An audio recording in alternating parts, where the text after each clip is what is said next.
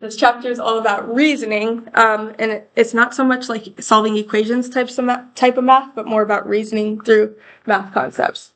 So the first new word, conjecture, is an educated guess based on a pattern. For example, we have a pattern here, and you could make an educated guess about the next numbers based on that pattern. When we talk about real life situations, it's not always so precise, and we'll see that in some of the examples. Okay, so for the bell work, you're supposed to look at these scenarios. What they did is they showed a pattern and used the pattern to make a prediction. So we are going to be making conjectures or educated guesses based on the pattern. So these are all conjectures.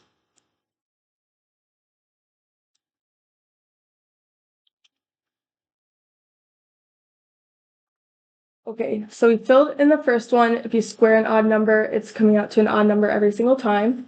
And then here, the square of an even number, let's see, if they square an even number, it's coming out to an even number every single time. So even here. And again, it's just an educated guess. What if it's not right? Well, I guess we can find that out, but based on this pattern, it's right. And then the next one, the sum of an odd number and an even number is a blank number. Let's see, so they have an odd and an even number added up. It comes out to an odd number. 15 plus 4, an odd and an even number. It's coming out to an odd number every single time. So based on these examples, it's coming out to an odd number, and I can make that educated guess. And then next one, product of any number and 10 is a number that ends in blank.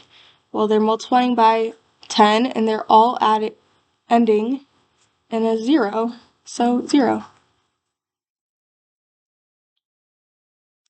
And this one right here, you may not have noticed that the sentence is down here. It kind of has a weird space there. But this is a math hack that comes in handy. If you want to know if a number is divisible by 3, you can add up the digits. So 1 plus 2 is 3. And if that number is divisible by 3, then 12 is divisible by 3.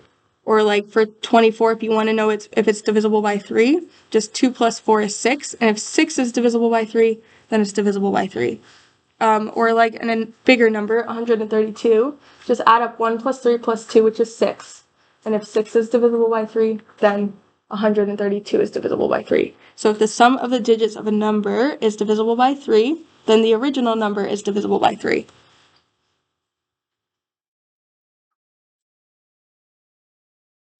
Okay, so this process of looking at a pattern and coming up with a conclusion is called inductive reasoning. Inductive reasoning is a process of reaching a conclusion based on a pattern of examples. When you assume that an observed pattern will continue, you are applying inductive reasoning. You can use inductive reasoning to make educated guesses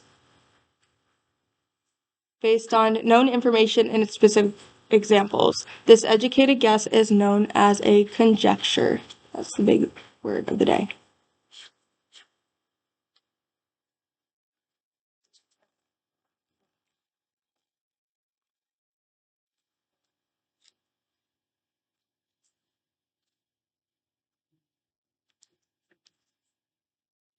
Okay, so example 1, it says write a conjecture, so an educated guess based on a pattern that describes a pattern in the sequence, then use your conjecture to find the next term in the sequence. So it says appointment times, 8:30, 9:15, 10 a.m. It looks like they're adding 45 minutes each here.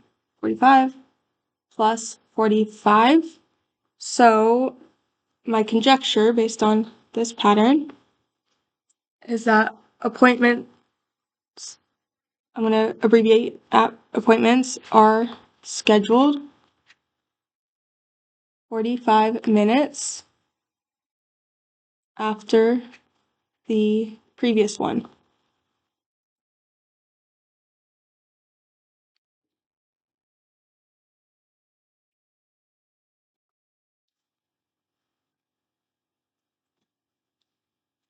Okay, and it says to find the next term, so add 45, 11:30 a.m., and then add 45 from there, we get 12:15 p.m., and so on.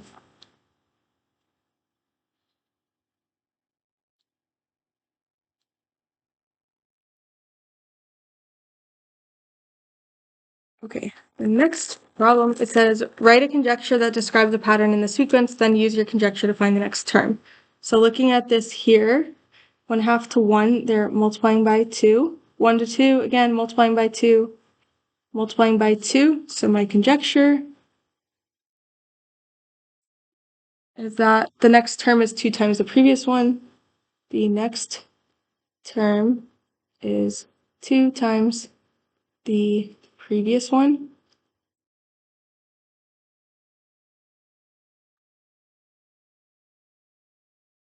And then if I was to make an educated guess about what would come next, 4 times 2 would be 8, 8 times 2 is 16, and you could continue.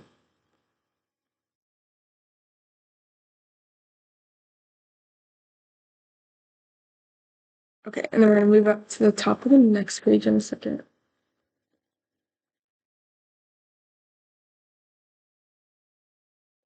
Then top of this page over here, we're not going to use this example. We're going to skip this, and we're just going to do this one.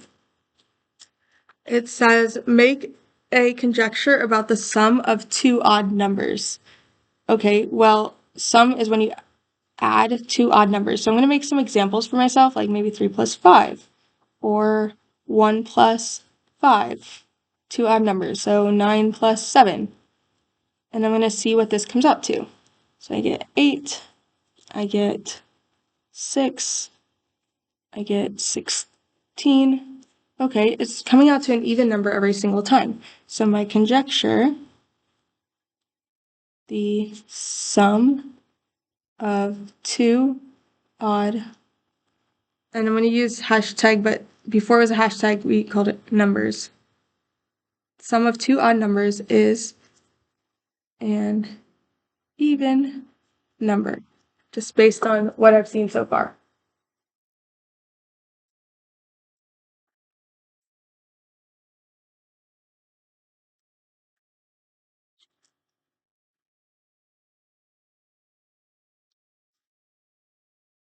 Okay, so now we're going to get to some real life examples. It says gas prices. The table shows the average price of gasoline in the United States for the years 2010 through 2018. Make a conjecture about the price of gas in 2019. Explain how the conjecture is supported by the data given. Okay, so making a guess about what will happen in 2019. And I'm going to look at the pattern here, what's going on.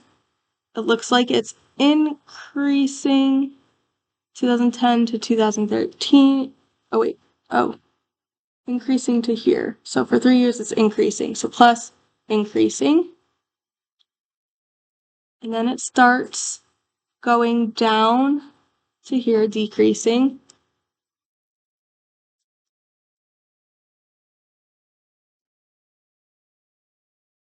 And then it starts going up again, increasing. But based on the pattern, it's going up for like at least 3 years. And it's only been increasing for a couple of years here. So I think it's going to continue to increase in 2019. So my conjecture is that in 2019, gas will increase.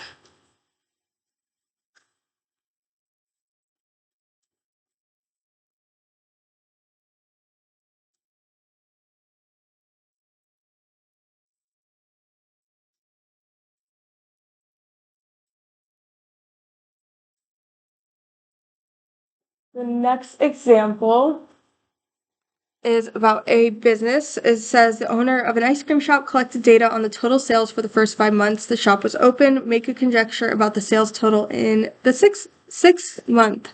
Explain how the conjecture is supported by the data given. Okay, so we're trying to figure out what the sales are in the 6th month. So I'm going to look at the pattern here. Let's see. So from 1 to 2, it's going up 200. 2 to 3, it's up 250. Here, it's up 300. And then the next one, it's up 350. So I'm definitely noticing a pattern. They're increasing in sales by $50 each month. Good for their business. So my guess is going to increase 400 the 6th month and it would make $2,000 in sales. So my conjecture is the sales in month 6 will be $2,000.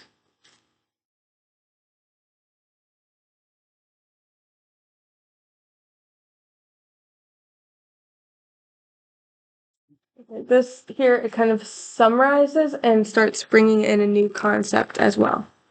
Okay, so to show that a conjecture is true for all cases, you must prove it. It only takes one example that contradicts the conjecture. However, to show the conjecture is not always true. This example is called a counterexample. That's the new word. Counterexample. It can be a number, drawing, or statement, and we'll get to more on that on the next page.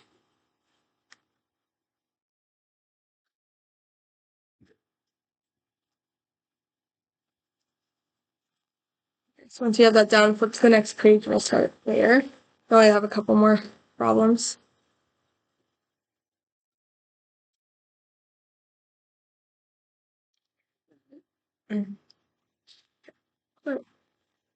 Okay, so the new word that we just introduced is counterexample, and that takes us through the rest of the lesson. So what is a counterexample? Counterexample is an example that, oh, sorry, I didn't realize it was so deep. An example that disproves a theory, or in this case, a conjecture. So for example, if I said that all cats are either black, brown, or white, because I've only seen cats that are black, brown, or white, somebody could come up with a counterexample that says, well, my cat's orange. So your conjecture is false. So if you can come up with one example that disproves it, then it's false. And that's what we're going to be doing, but with math.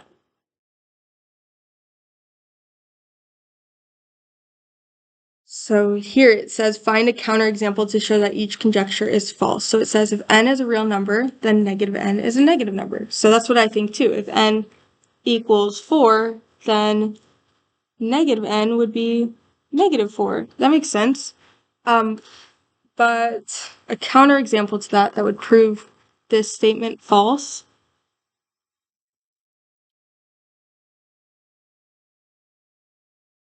would be, okay, what if n is negative 4? If you started with negative 4, then negative 4 would actually be a positive number. Then negative n would be negative 4, which is actually positive. So we just proved this conjecture false.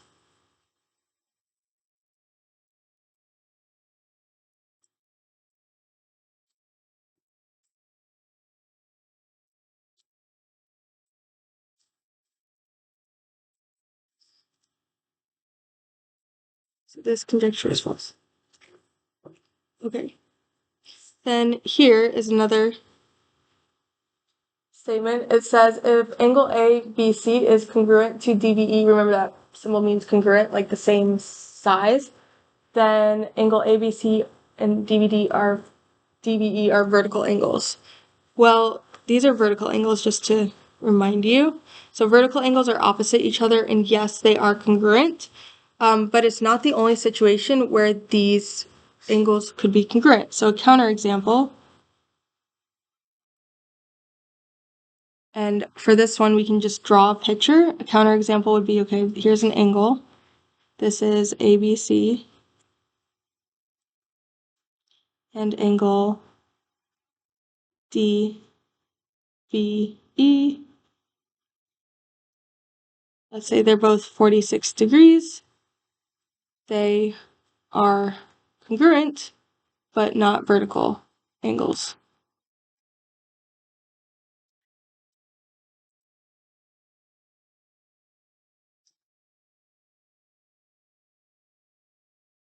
Therefore, this is false, because we can think of one example where it's, yeah.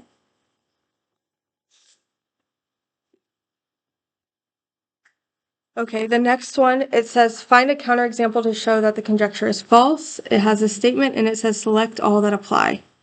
So it says if n is a real number, then 1 over n is less than n. That looks true, but let's look closer at these examples here. And I'm going to go in a certain order on purpose. So like 5. So I'm going to plug in 5 for n and see if this is true. So 1 over 5 is less than 5. Yeah, that's true. But it's looking for statements that are false. So this is not what it's looking for. And then if n equals 100, if I plug in 100, 1 over 100, is that less than 100? Yeah, that is, so that's true. But it's looking for statements that make it false.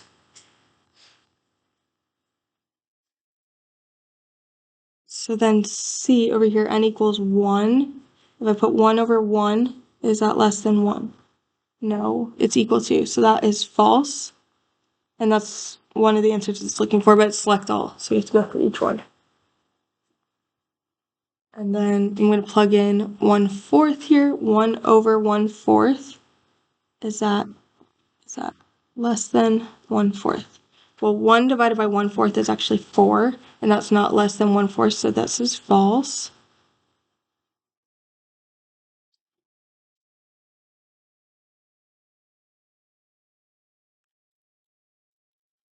And then for A, n equals -3. So if I do 1 over -3, is that less than -3? No. -1/3 is not less than -3. -3 is more negative, so that's less. So this is false. False. And that's, I'm going to correct this. Okay, and then the last one, it says, if a line intersects a segment at its midpoint, then the line is perpendicular to the segment. Draw a diagram to represent a counterexample. So if we have a segment here, and a line intersects it at the midpoint, so let's say this is the midpoint, and this is the same length as this, it's saying that it has to be perpendicular. So it's saying that it has to be perpendicular like this, but that is not true. So our counterexample is right here. Example is this, because this is not 90 degrees. Not a 90-degree angle. So therefore, if a line bisects a segment, it doesn't have to be perpendicular. It could be perpendicular like here, but it doesn't have to be, so therefore this is false. Okay, and that is all for the lesson. The homework should be really easy. You'll probably finish it within like 5 minutes because it's just like very simple questions. Once you're done with the homework, then work on your weekly ALEKS and please ask some questions if you need to. Homework 3-1 on Schoology, work on ALEKS, grab a laptop, get started, and let me know as you have questions.